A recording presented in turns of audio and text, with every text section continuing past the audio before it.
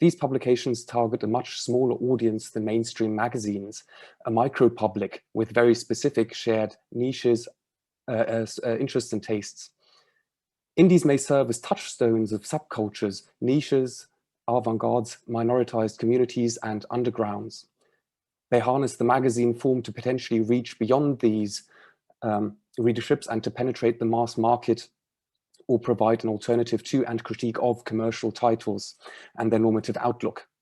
Independent magazines highlight this opposition to a perceived mainstream as part of their textual and visual identities, using it as a resource to plunder, subvert, or imitate in order to raise awareness about cultural and political issues and to provide aesthetic alternatives.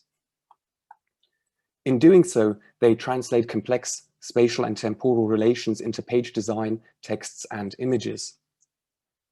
Although the contemporary indie boom has garnered some interest in specialist media and scholarly criticism, little has been said about the historical depth of its contemporary expression, or the political and historical depth of its contemporary,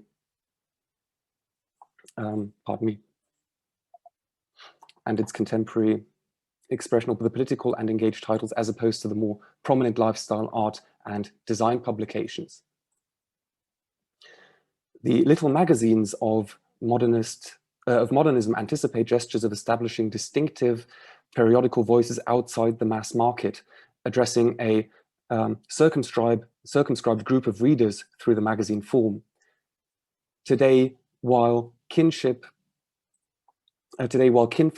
Apartamento, Serial Weekender, and Flow have made their way onto the racks of high street newsagents, shaping our view of successful indies, other publications like Annex S or It's Freezing in LA are much harder to access, yet provide a window onto radical experiments in print. Similarly, the assumption that indie magazines are the prerogative of white middle-class creatives has come under pressure by publications showcasing second and third generation diasporic identities in Britain, in magazines that move away from the slick indie lifestyle aesthetics by circling back to the intimacy and authenticity of zines. The panel addresses examples of indie publishing and editing.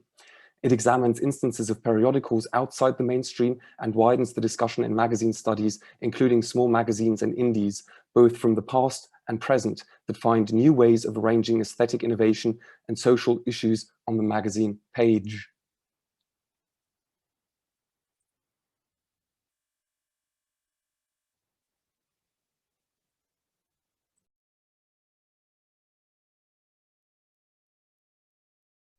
So I'm going to take over. What you can see here on the slide is really an intermixture, an intermingling of current independent magazines and the so-called little magazines of modernism.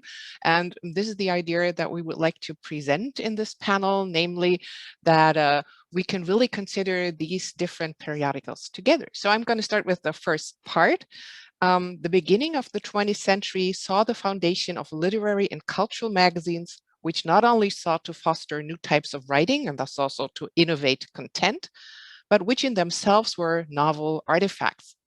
They challenged received notions of the publishing genre periodical with regard to design, material quality, business model, and also social function. Often subsumed under the heading little magazines and thus contrasted with the financially successful white circulation periodicals of the time, these publications have long been acknowledged as important institutions for the development of modernism. And while cross-border activities of periodical actors, which gave modernism a decidedly transnational bent, we've seen that also in the plenary lecture by Ruth Meyer, for instance, have increasingly come into focus in recent years, foreign language use and its functions in and for the press have hardly been investigated. So in the following, I intend to show that the use of French and German in modernist American magazines might be associated with the concept of dissent, allowing us to highlight disruptive dimensions of specific periodicals and to capture processes of aesthetic distancing. The Little Review, for instance, founded by Margaret Anderson in Chicago in 1914, used foreign language contributions to set itself apart from conventional poetical discourses and to pave the way for new modes of writing, thus going against the grain.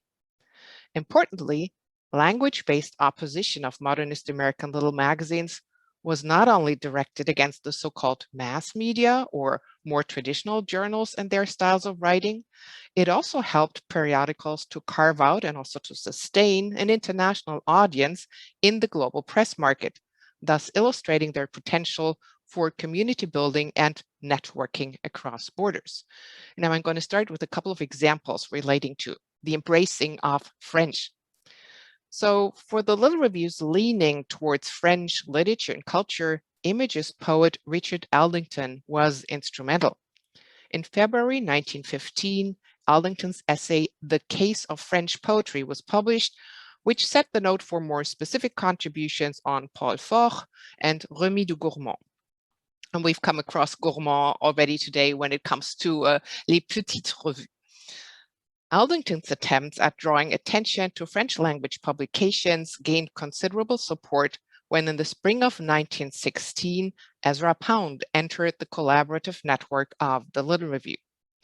As someone who was highly interested in periodicals and had already participated in various magazine projects, Pound had a keen eye on what was going on in French print culture, often recommending French magazines as models to be emulated by British or American editors.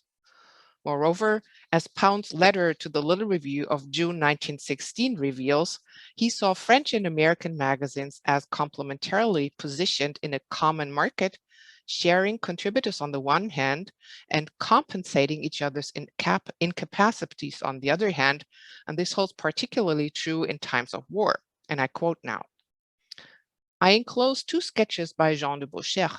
In normal times, they would appear in La Nouvelle Revue Française or in L'Occident, both of which have stopped publishing during the war.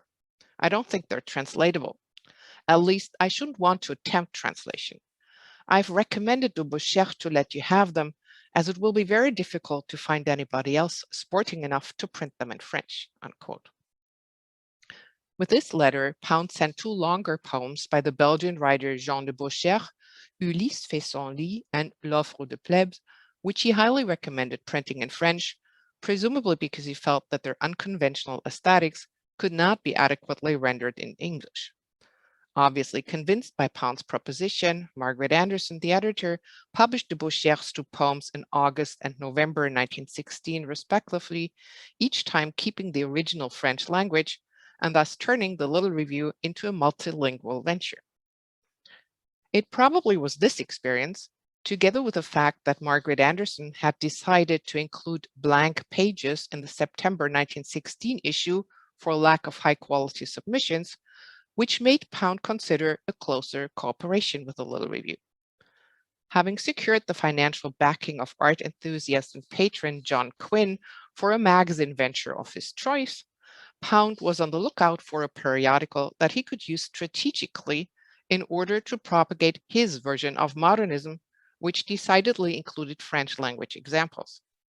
In May 1917, after successful triangular negotiations, Pound became foreign editor of the Little Review. But as Pound quickly noticed, being the Little Review's foreign editor was a very time-consuming job with little opportunity to work on his own poetic creations.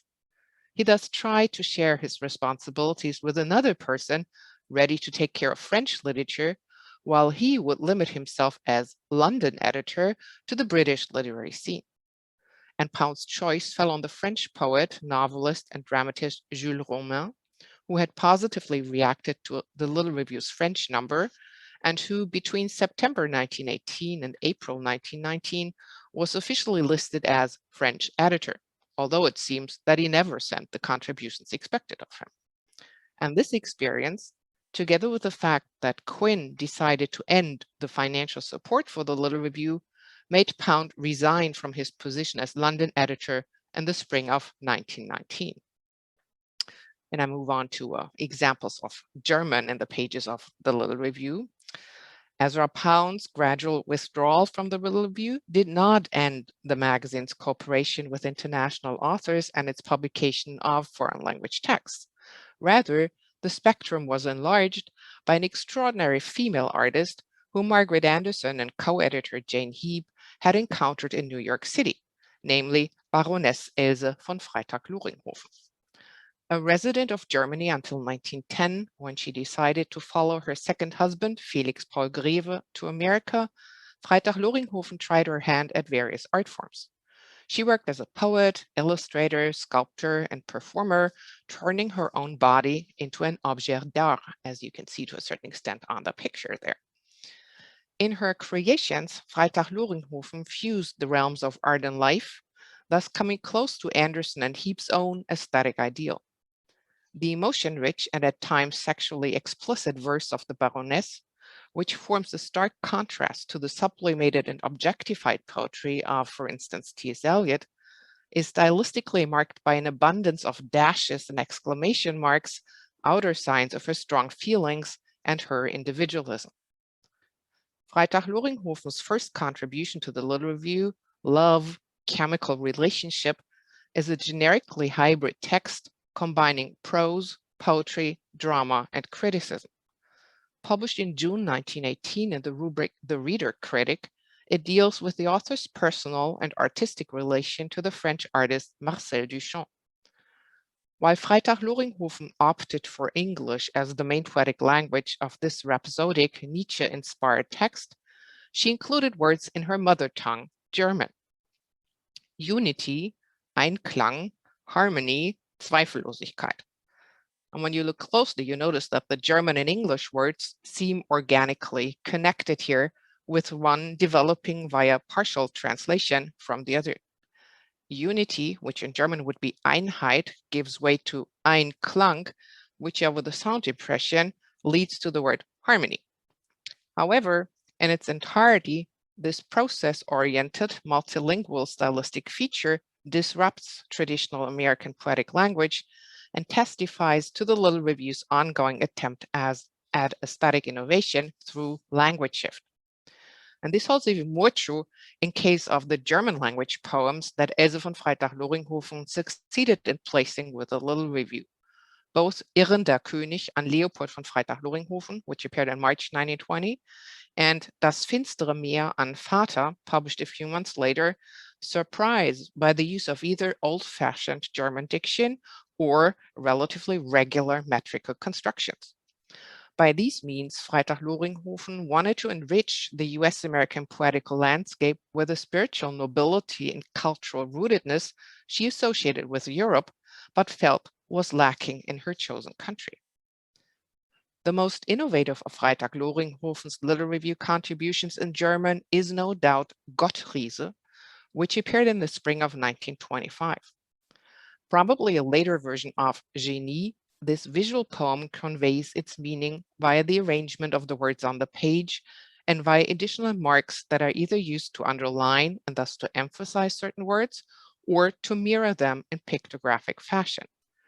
Rather than trying to set this idiosyncratic poem in the typographical font used in the specific number of the Little Review, Anderson and Heap decided to reproduce it in facsimile.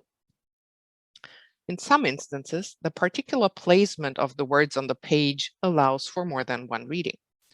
Besides, Freytag-Loringhofen uses neologisms like Gottriese, Hirnzenit, or Irrschütt that enhance the foreignness of the German language. Chaotic, an English word, and the missing definite article before shine, short for sunshine, or to be understood in the sense of appearance, likewise might have an alienating effect. Ultimately, both English and German-speaking readers were confronted with textual features that marked a digression from more common types of writing, allowing both groups to acknowledge the innovative potential of Freytag-Loringhofen's texts. In the long run, the Little Review's publishing strategy vis-à-vis foreign language contributions had an impact on other writers and other periodicals. For instance, it functioned as a trailblazer for Eugene Joulat's magazine Transition, which equally advocated a multilingual modernism in which French and German loom large, while also addressing an international readership. Moreover, dynamics of aesthetic distancing as they were established in early 20th century magazines are still relevant today when it comes to defining and positioning oneself vis-à-vis the mainstream press. And with this, I pass on to my colleague, Sabina Fazli. Thank you. Thank you, Jutta. In my talk, I will introduce the London-based magazine Bernd Roti and highlight the temporal intersections in its pages. I will then briefly and tentatively periodize the indie publishing phenomenon and contextualize Bernd Roti in the second phase of publication since the 2010s. Between 2016 and 20, Bernd Roti has published 4 issues with a hiatus in 2019.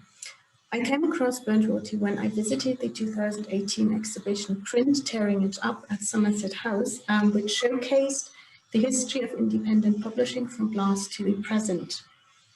Here you can see the first issue of Bernd Roti on the Somerset House homepage in the top left, together with Mushpit and Golden.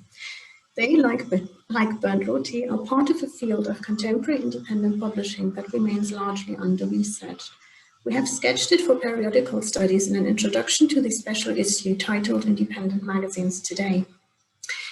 Indies like Bernd Roti tend to publish in small print runs. They struggle with precarious funding, resulting in sometimes erratic and widely spaced publishing schedules and the involvement of few, often too few people to reasonably and sustainably manage the workload of soliciting and producing material. These are features shared with previous underground and avant-garde movements in print. Many indies only publish a couple of issues before folding and literally disappearing from the archive. While individual titles are indeed little, the scene has become an innovative niche. Indies share a critical stance towards a variously configured mainstream. The intensity of this opposition and their construction of the mainstream has to be determined for each title and may be articulated openly in the magazine, in paratextual enunciations, or emerge more subtly in design choices and intertextual references. Also, the claim to independence and the alleged resulting authenticity have to be evaluated as gestures of self-definition. A hallmark of indie publishing today is the entwinement of digital and print. Bernd Roti is a case in point. The magazine is only part of the Bernd Roti brand. Editor Sharon Dhaliwal also curates a website under the same name, and in interviews and profiles, it is not always entirely clear whether Bernd Roti refers to the web or print platform or both. Currently, the homepage prominently advertises the latest issue of the magazine and relegates links to original digital content to the less exposed bottom of the page. Bernd Roti, the print magazine, addresses a very specific constituency, young, queer, urban South Asian women. It develops its tone and scope from the personal experiences of its editor and her network, effectively mobilizing her subcultural as editorial capital. At the same time, the magazine also alludes to the conventions of mainstream lifestyle magazines. Recurring rubrics such as recipes, film and TV reviews, beauty tutorials, fashion and advice columns imitate weekly and monthly mass market glossies. The involvement of Dhaliwal's parents as regular contributors in Lunchbox and Father's Lament ironically casts them as lifestyle columnists and evokes the authoritative voice of the mainstream glossy while miniaturizing and subverting it. Bernd Roti also carries interviews with Asian artists, actors and designers, as well as contributions that take a personal view on growing up and living in the diaspora. Contributors and interviewees are either recruited from Dhaliwal's network of friends and collaborators or artists who represent indie ethos in other fields. Bernd Roti thus creates a zine-like intimacy by reflecting the editor's relationships in its pages, combined with the eclecticism of a niche lifestyle and culture magazine. Bernd Roti's time does not and is not meant to parallel the time of the commercial glossy, although this format is evoked in the Indies pages. It constructs its own periodical time in an annual publishing schedule and related engagement with the much faster fluctuations of releases, fashions and trends. Concerned with different facets of the Asian diaspora in Britain, I propose to approach Bernd Roti as crisscrossed by different constructions of time. Diaspora should not only be understood as spatial displacement, but also as a complication of temporal trajectories and simultaneous belongingness, ruptures and disalignments that are perpetuated over generations as migrancy. The editor's note in the first issue, together with the facing page, offer a visual and textual combination that refers to a discordant temporal. Dhaliwal's note pinpoints biographical moments, quote, "At a young age, I burned rotis all the time," to "now I'm in my 30s. Having distanced herself from her parents' culture, she now wants to engage with it. This private struggle is reformulated as a collective program, continuing, quote, "We work together," and giving this collective a space here. This biographical time is marked by generational conflict, here whimsically represented in the peaceful photograph of Dhaliwal's father enjoying a cup of chai, an image also pointing the reader to the food section lunchbox featuring her mother. Below the photograph of the Taj Mahal, viewed through the arched mosque doorway, offers a popular subject representing a timeless India for the tourist gaze. The arch takes up the outline of the cover illustration, which shows two stylized sari-clad women holding mobile phones. This illustration is flipped along a vertical axis and effectively constitutes a doubling of the figure, suggesting the different images of doubleness and splitting in the popular and academic discourses on migrancy. The inside back cover shows the Lake Palace, which balances the opening image of the Taj Mahal in the same visual idiom, suggesting a hazy, timeless past and impersonal, idealized photographic composition. This temporality of the tourist gaze is juxtaposed with the personal autobiographical narrative revolving around family and community. Family and biographical time are crucial to Burnt Roti, bringing together personal reflections on identity that pull the private into the public, like a series on blackness in issue 3, or Dhaliwal's own coming out in issue 2. Pieces like these are, quote, "performances of personal transitional moments when unspoken experience is made explicit." The accumulation of first-person narratives that recount short biographical episodes probing what belonging or unbelonging feels like create an intimate public sphere in which the contributing writers perform very similar, almost parallel gestures of remembering and reflection. In terms of time, this amounts to a sense of synchronization across individual issues and biographies, realized and represented in the periodically shifting here of the magazine. Synchronicity and non-synchronicity already inform the title. Burning rotis is a failure in judging time, and more specifically, a time that is, like the food, ethnically marked. Another important timescape is subtly introduced through the choice of a typeface from the core circus or festival font family headlines. The layered letter form evokes hand-painted posters. In this case, I argue this could be a very specific reference to vintage Bollywood art. Issue 2 introduces Jasmine Serra, an artist who has taken up the hand-painted movie poster in her work. She uses its visual style and applies it to contemporary music and film.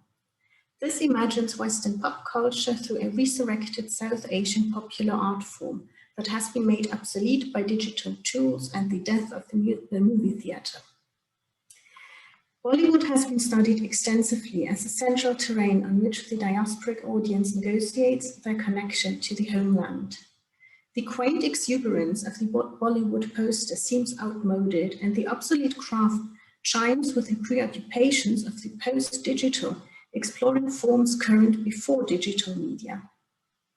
Burnt Roti's overt and oblique references to Bollywood's past devise belonging through synchronicity and non-synchronicity.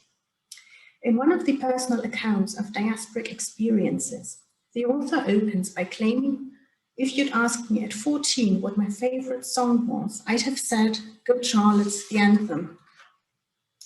But deep down, it was and still is Ek Latke Ko Dekha from 1942, a love story, the first Bollywood movie I'd ever seen," unquote.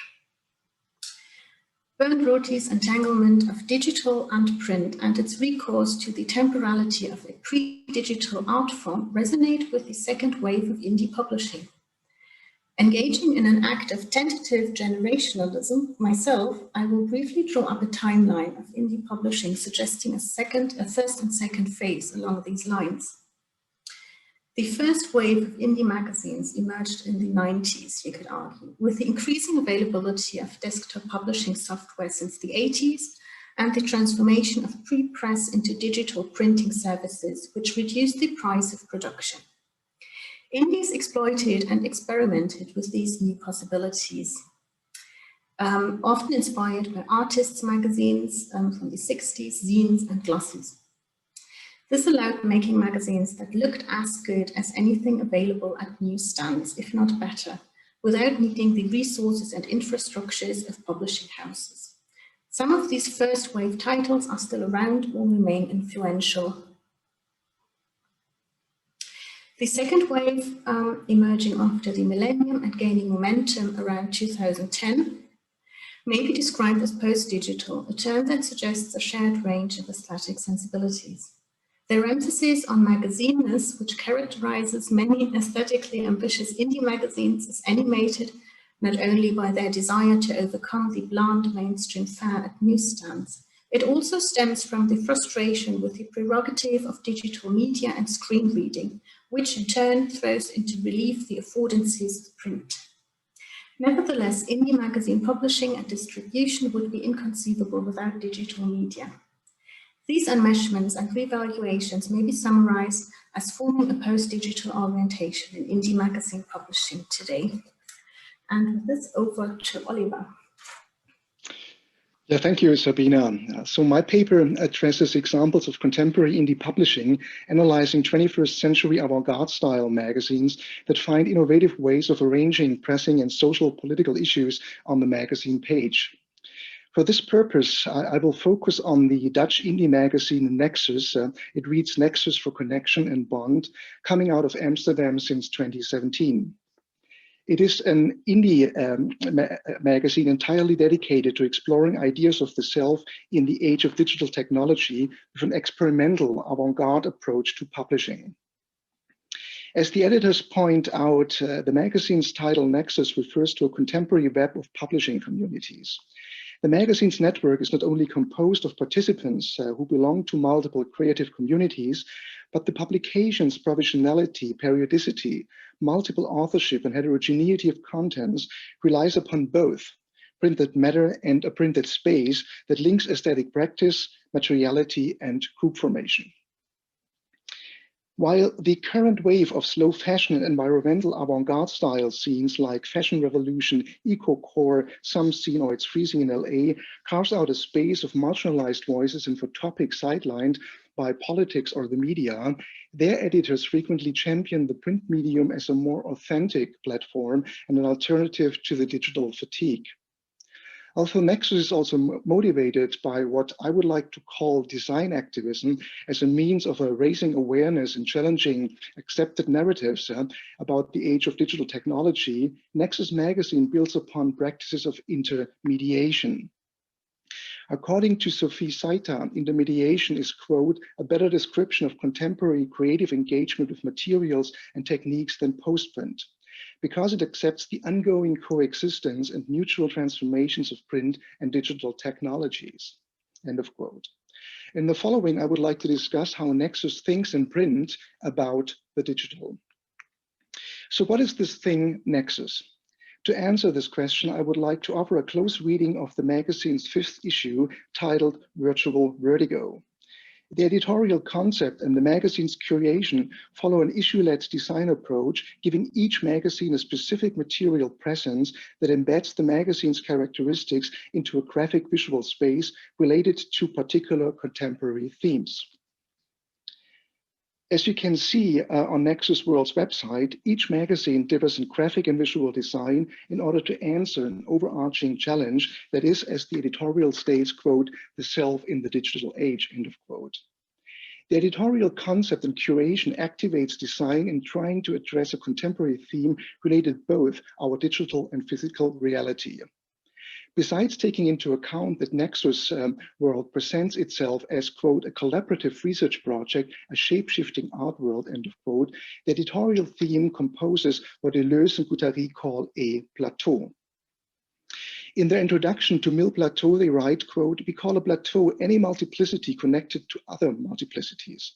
We are writing this book as a rhizome. It is composed of plateaus. We have given it a circular form. We had hallucinatory experiences. We watched lines leave on one plateau and proceed another like columns of tiny ants, end of quote.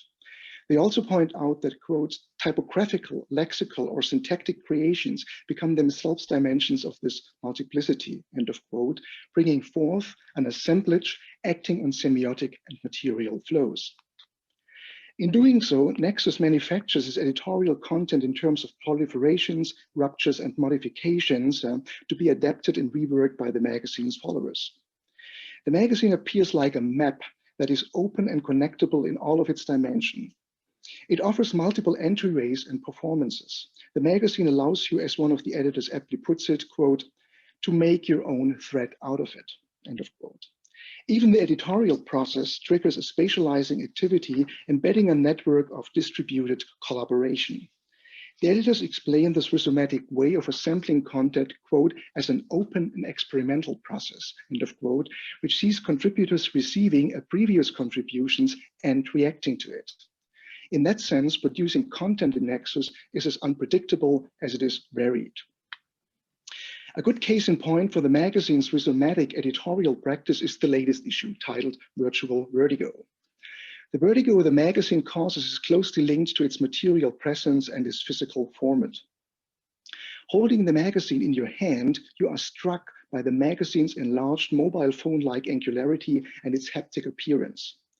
The heavy cardboard paper with its matte finish used for the cover builds a strong contrast to the smooth paper inside the magazine with its glossy finish that feels like touching the surface of a screen.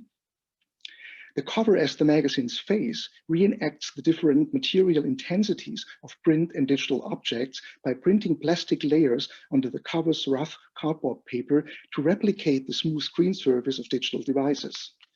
Since these layers are printed on the front and back of the cover, the magazine's paperish appearance and distinguished surface gloss invites the reader to turn it upside down or to turn it over and around, simulating a vertigo in print by avoiding any orientation toward a beginning and an end or any kind of linearity. Not only the cover page, but the magazine's whole architecture violates the anatomy of conventional magazine layout with its consistent periodical design. Although the magazine's front section offers an opening spread that looks like a table of contents, its elements, the contributor's name and page numbers, are not oriented toward headlines or to content rooted in the feature well. Instead, what you get is a rhizomatic arrangement of names, page numbers, avoiding culmination or termination points.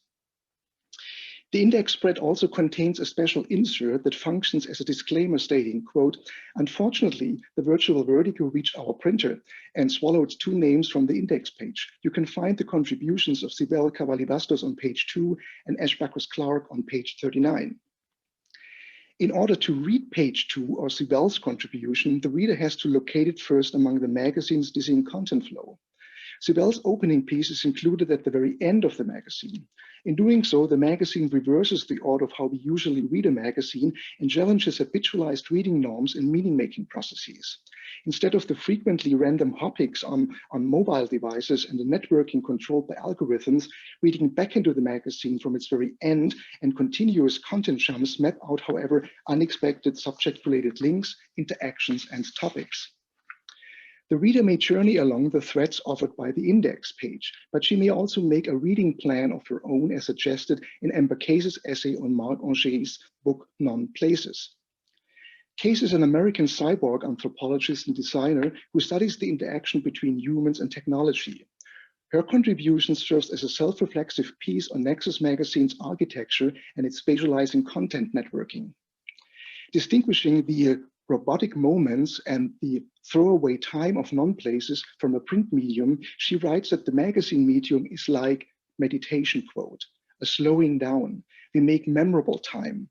2 dimensions become more, and why not? We hallucinate, imagine characters, end of quote. Following this particular thread on place, time, and imaging characters, the reader encounters Jean Mahoney's Finster origin story. A reflection on a current trend on Instagram that the real account is a fake on oneself and the Finster functions as the less edited and authentic version of a person.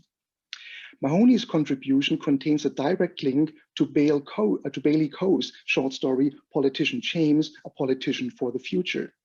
In her stories, Coe, an American writer who is based in Berlin, deals with internet culture, human connection, and oppressive forces in society. Politician James is about the creation of a digital politician to be purchased by any political party. The short story that is printed in the middle of the magazine branches out into numerous directions.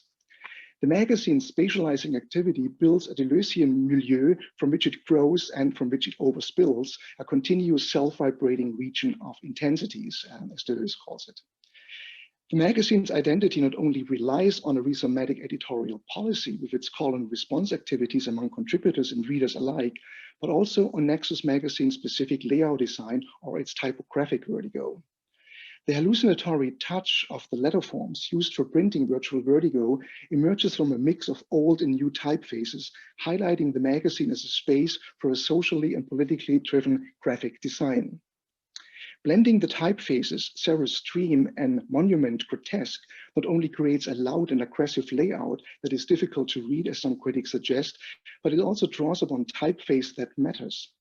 Serra's Stream is a typeface developed by the Australian Mark Growing, founder of Formist, a type foundry and design studio that specializes in cultural communication. The typeface Serra's is a liquid-style type family consisting of 4 different weights: brook, creek, stream, and river.